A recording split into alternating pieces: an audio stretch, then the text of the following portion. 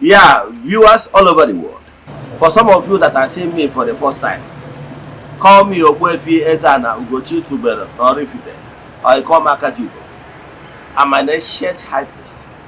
Abụ m onye isi nchụaja na ugochitubelu ọdịnala temple. Yes.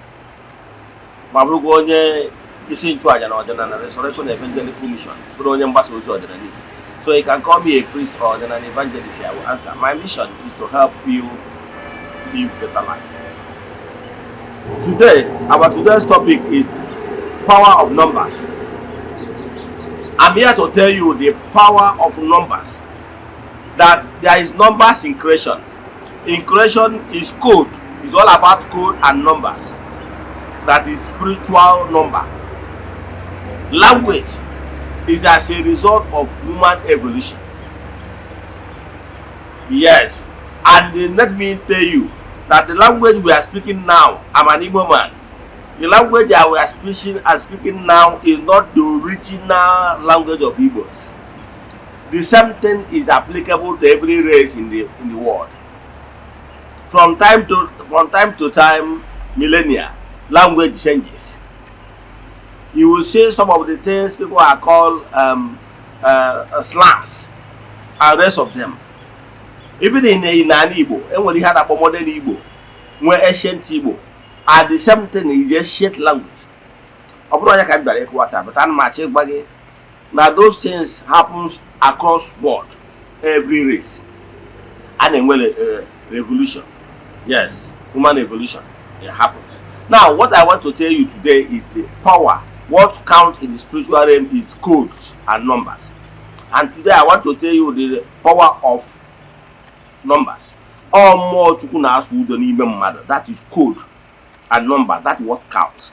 The ancient people use the codes and numbers, symbols. That is what counts. Today, I'm here to tell you what you don't know. And I always advise you to seek for knowledge. If you are knowledgeable, you're a master. If you lack knowledge, you remain a slave. Strive for that knowledge, because my people are suffering because of lack of vision and knowledge. So I will advise you to have a good vision, have a good knowledge, and the sky will be a starting point. Believe in me, pay attention in today's lecture. There is some people who are getting regret today.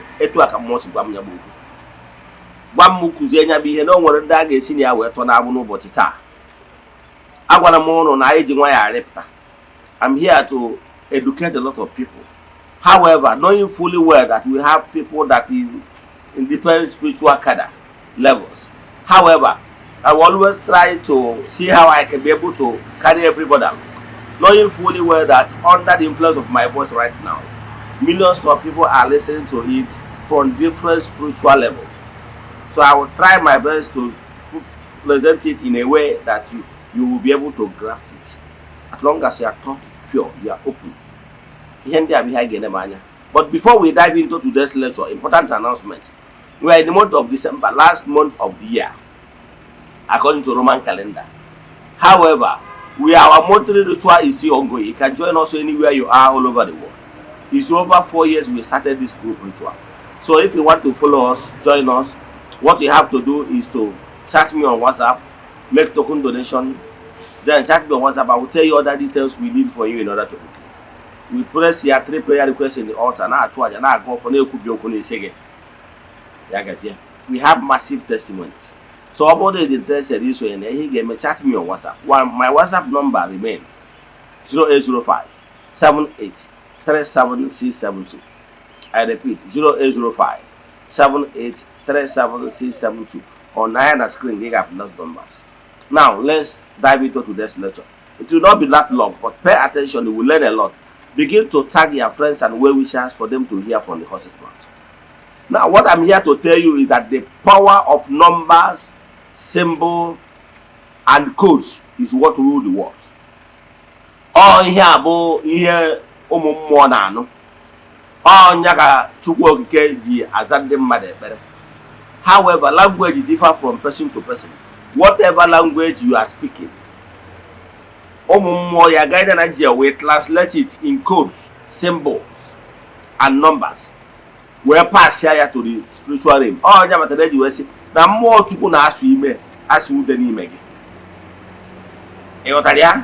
So all mmụọ Chukwu na-eme the translation in codes, symbols and numbers. Now abịa m ebe a ka m kọwara the power of numbers.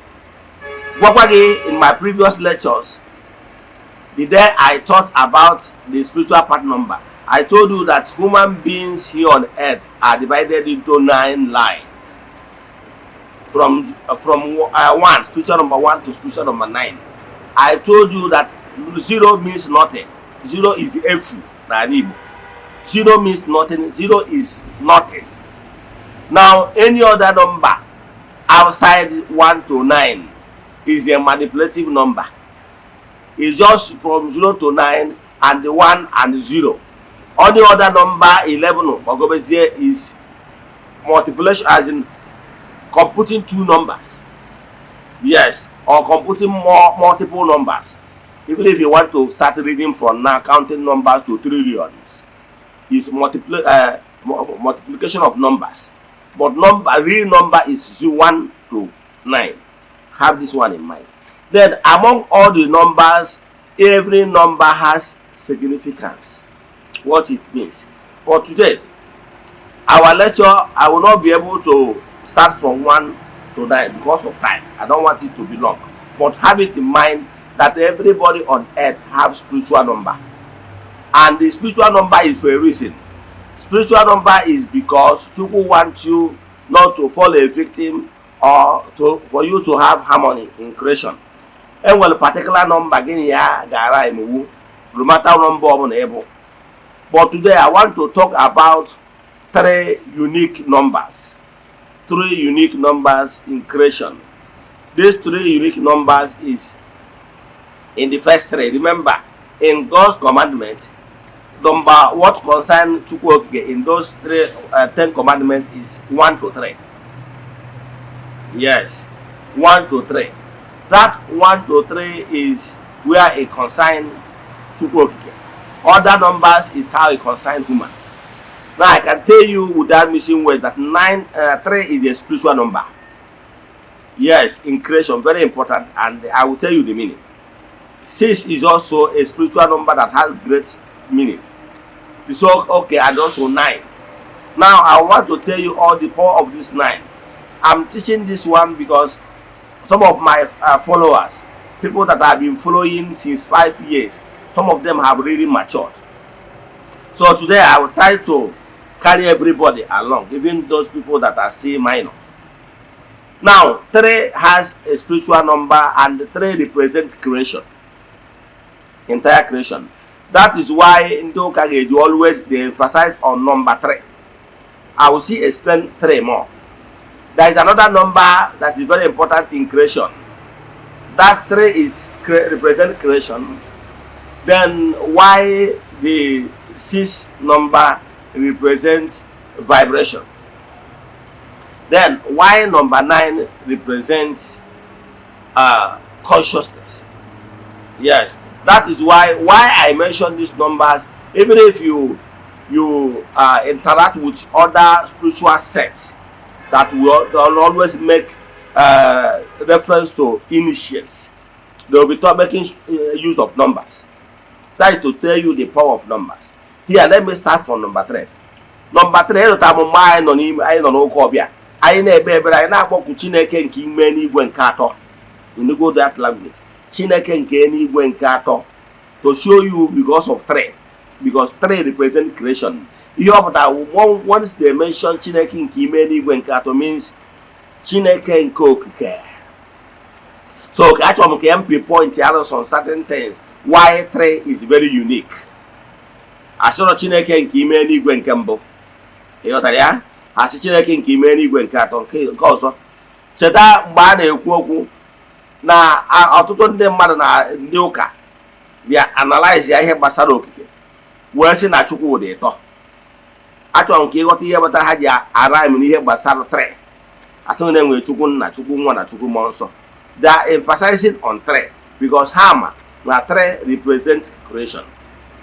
But I can tell you, even we human beings, we are 3. because enwere the spirit, enwere the soul, enwere the body. It's also 3. N'ala Igbo, o nwere some Igbo adage that normally says, n'ihe bịa na ịtọ 3, ịtọ means 3. Ịtọ means 3. So we say further guide no ụmụazị say n'ihe tọ na-ebịa na ịtọ megide ọtọ. That is to tell you the power of 3. So 3 is very significant. Then again, there were so many things that onye gwa ike sị gị agwa Peter, Jesus wee gwa Peter na before ụkọ akwa ugboro 3 na ị ga-agọnarị m. Why 3? Do you remember na o nwere ụdị oke ọkpa na-ada akwa by 3 a.m.? Do you ask yourself why is it that na mgbe a na-ede story of Jesus? Yes, don't ask me if the personality of Jesus exists.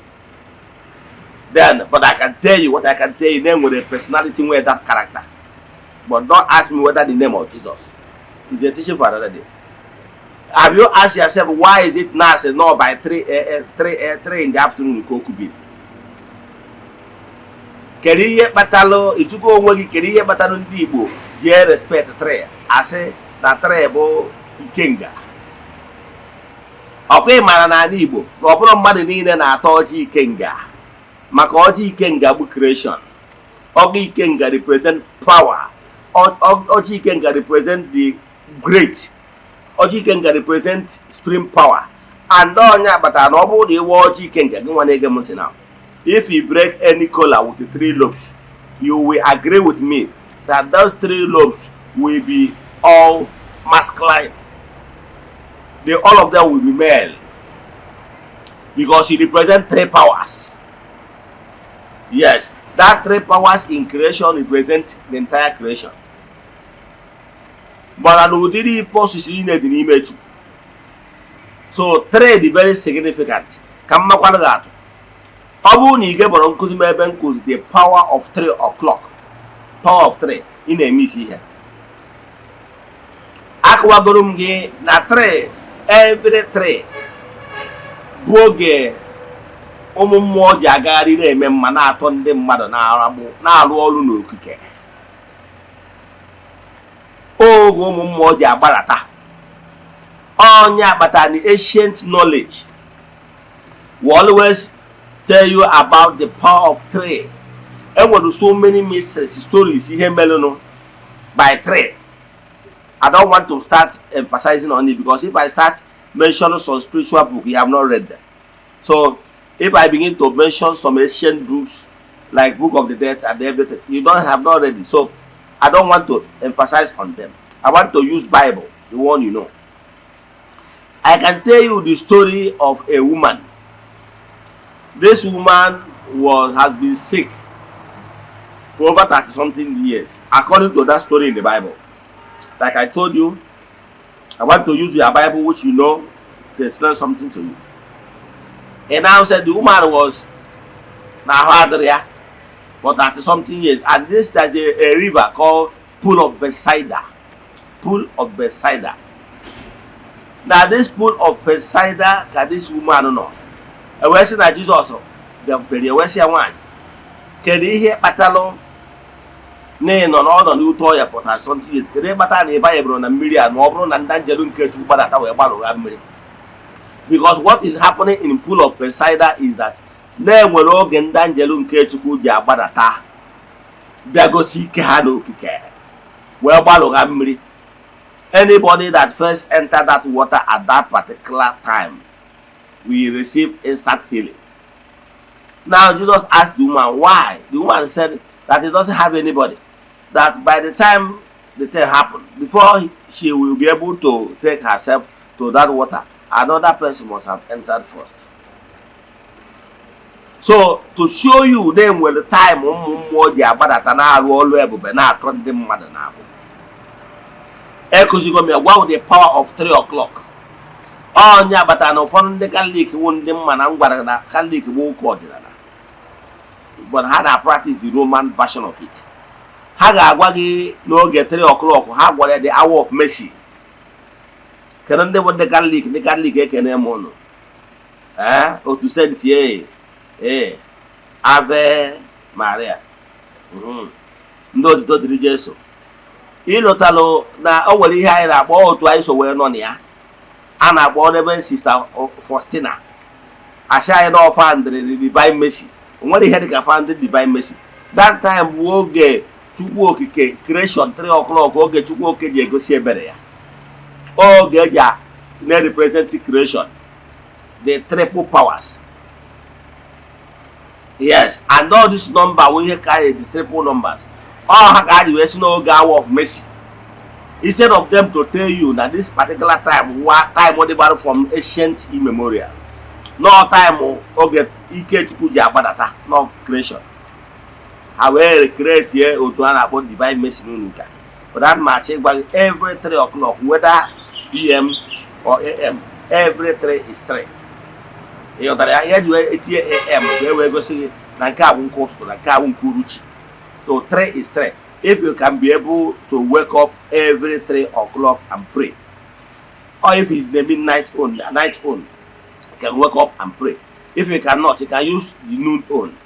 However, I use more of the morning, early morning on, because noon on and will make it busy. So when I started spiritual journey years back, when I become conscious of my existence, I was directed how I will be using it. What I normally do is that I set my phone on alarm before 3 a.m. I'm already awake to meditate and do spiritual exercise.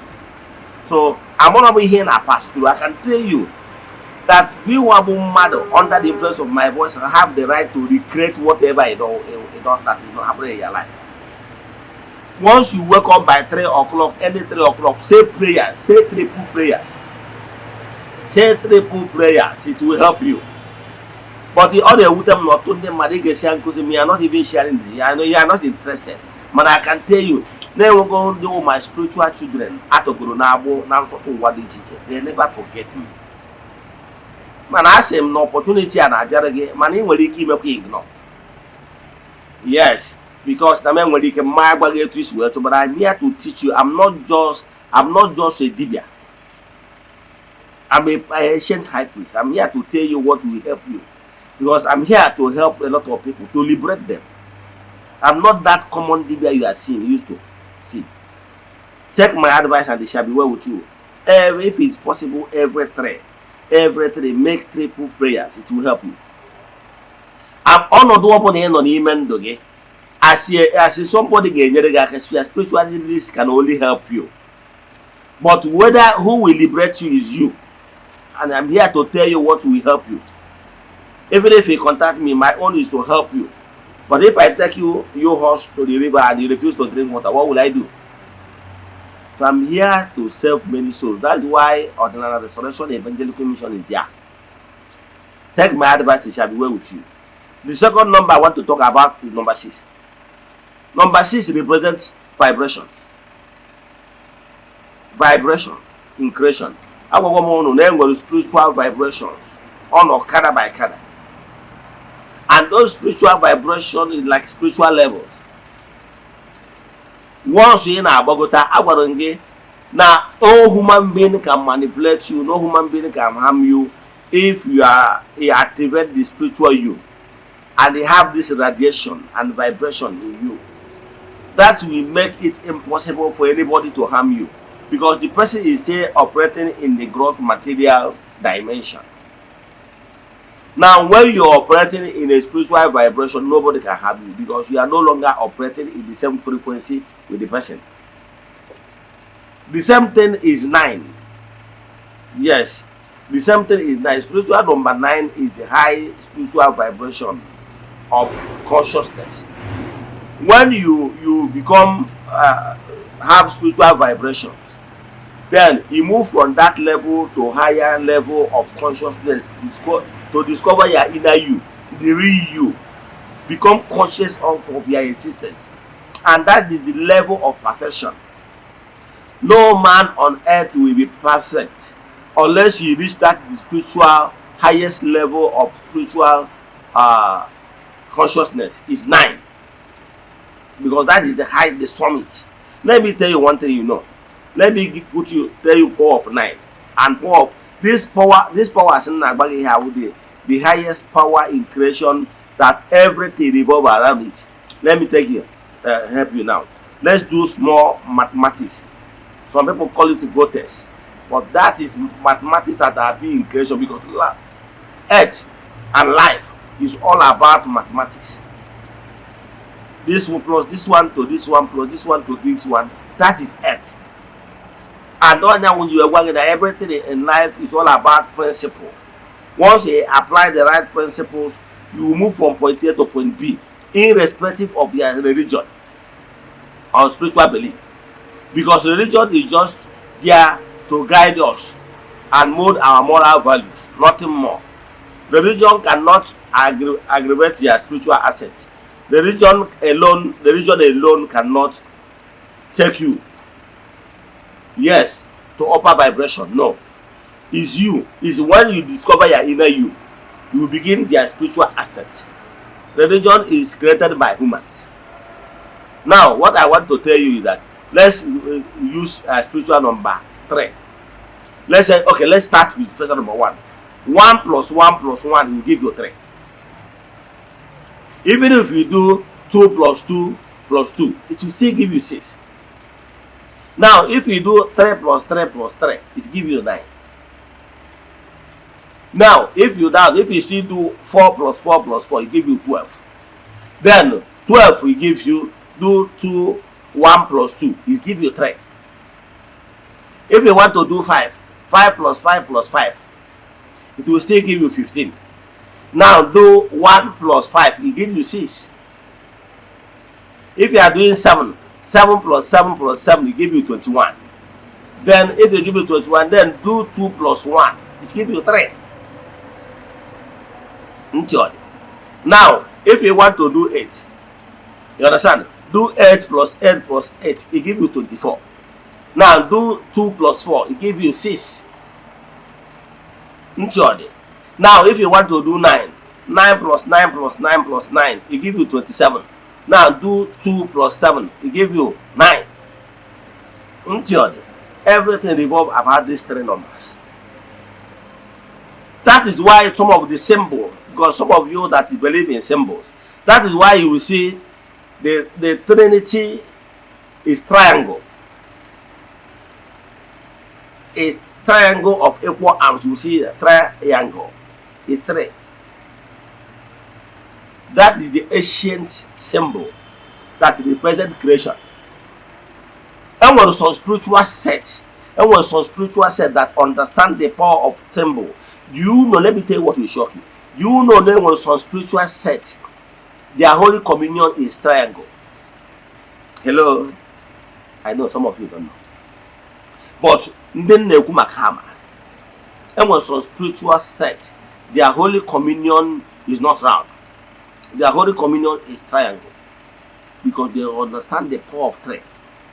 And not because of that power of 3 that you will see some other sects and group and spiritual groups. They use it to form symbols. They can see the power of symbols. Yes. Now they will use triangle like this. They turn the other triangle like this. For that boy, Jewish symbol. More boy, I say for that boy, Star of David. And so on and so forth. Some people name Kehanai by bringing triangle into 3. So here I can match Akwara, but I want to tell you the power of numbers. Numbers is not what you pay less attention. Keep following me. If you are permitted in creation to come across my message, to come across my teaching, you are blessed. Creation is because I'm here for a purpose, to help a lot of people live better life.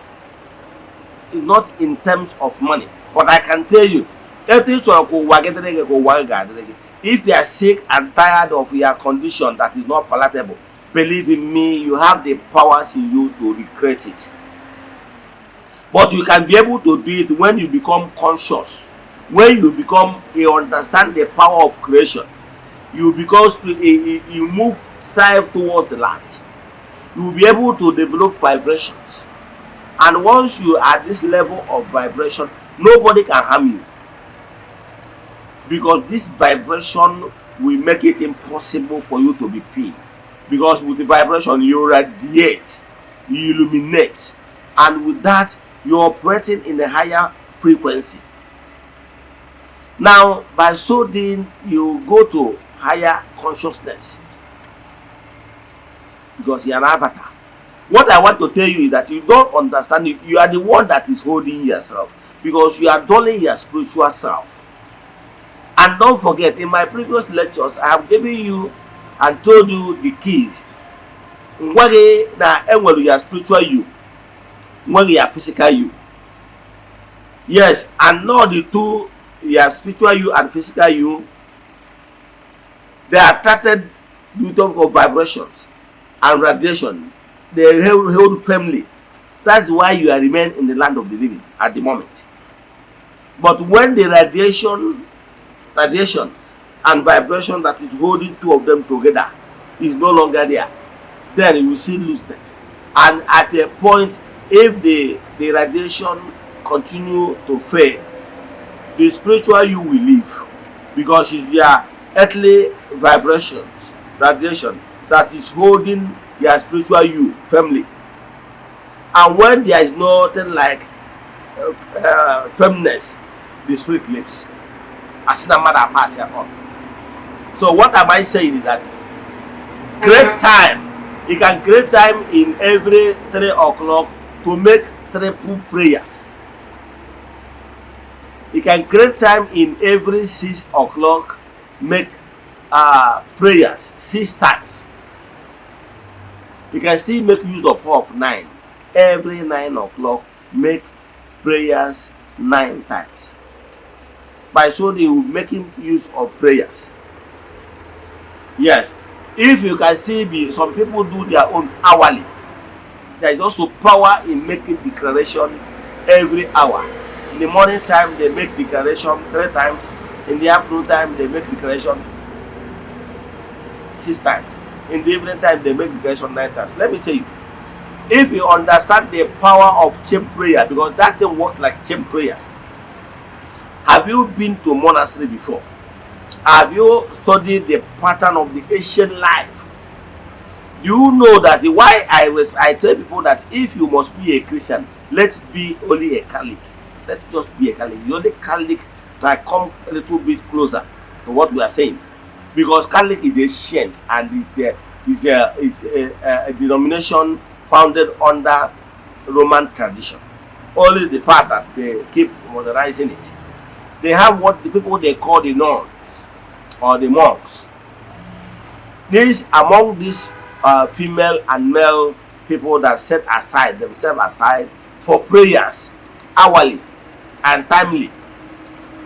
There is some people among them they call the monks. It's not only Catholics, even in other ancient religions they do have monks. Even the Hinduism, the Shintoism, and the Buddhism, they have Buddhism monks. Those monks that are there. And let me tell you, even in Nigeria, we used to have hermits. There are people they call hermits. Hermits are those people that are living inside the bush. Yes, under the monks. They live inside the bush. They eat only fruits, animals. That's what they feed on. They don't eat anything that contains oil, red oil. You don't know the powers of living because they live more of as vegetarians, and so on and so forth. All these things is what you need to do. Igbo spirituality is one, and I keep saying it. Ọ bụrụ na na-ebu onye Igbo, you want to practice spirituality, then you upgrade. Igbo spirituality does not end n'ije watch ọjị gbuo ọkụkọ taa ọkụkọ taa ebu onye ọbụla anaba ṅụọ kaikai. Even their level of spirituality ends in this particular level, they don't ascend at all. they remain where they are. That is why people like me, we are here to make difference. We are here to take people from point A to point B. That's why we are building, revolving, modernizing our African tradition so that it will be able to measure well, be on the same higher vibration like other world religion and the spirituality. Spirituality is one. But because of what the Okobia did to African spirituality, we did not grow the way we should have, especially we Igbos. Ndị anyị na ha gbado ngwere agbago oke, anyị ekwesịgo ka anyị mewe operate in a higher frequency. But our people are still down there. They remain in that level of just atọọjị, egbu ọkụkọ, chụọ aja ihe mme, then ṅụọ mmanya, ṅụọ kaikai, ofu mmanya egburu ụfọdụ na befa. No, we should operate in a higher frequency. Let me tell you, ọ bụrụ na the opportunity where we understand the Igbo spirituality to this level I'm talking about, nobody can harm you. Even if only one practice any occultic practices, the person will be afraid of you. Because you are operating in a higher frequency.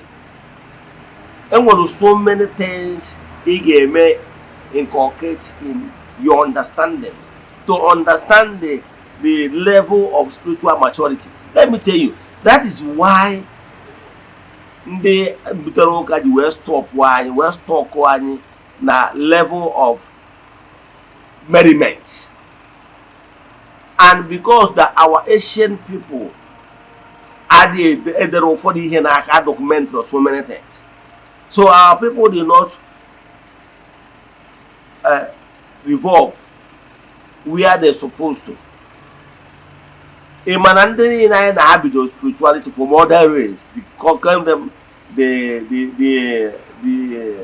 the Chinese people, the Asians, the Persian people, the Arab people, they have gone far. But we are still practicing that spirituality of yesteryears. That's why for me, I believe in Mbawe. I believe in renewal.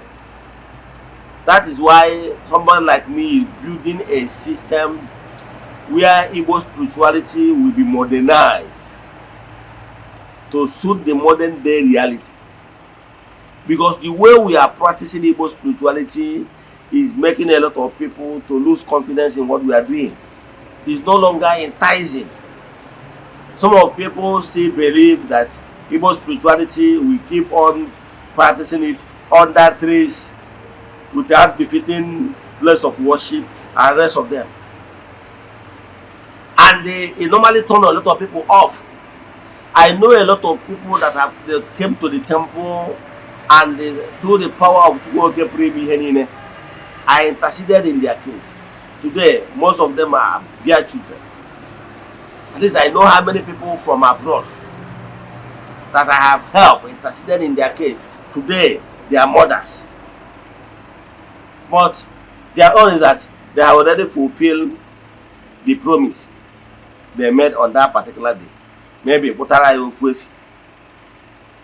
But watch them, they will go to their various religion.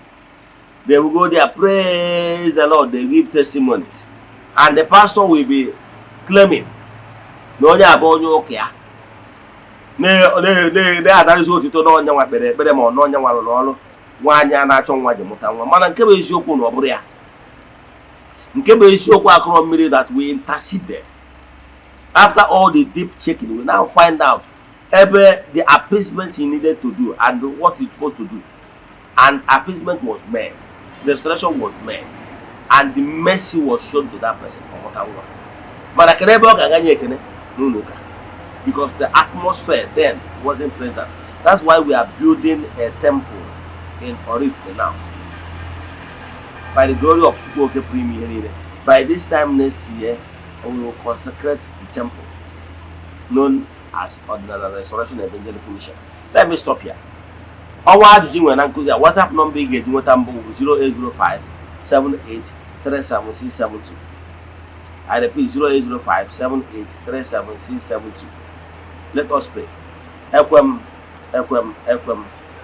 na Chineke. Ekwere m na ọ dị ihe siri m ike ka Chineke na-apụghị ezi m ụzọ m ga-esi lụwo ya n'ihi na ọ mazuru ihe niile. Obi m siri ike na Chineke emeworo m ya, ya gazie. May the blessing of Chukwu oke pụrụ ime ihe niile be with you all. May you be protected, may you be blessed now and forevermore. Ya gazie. Udo dịrị ọrụ.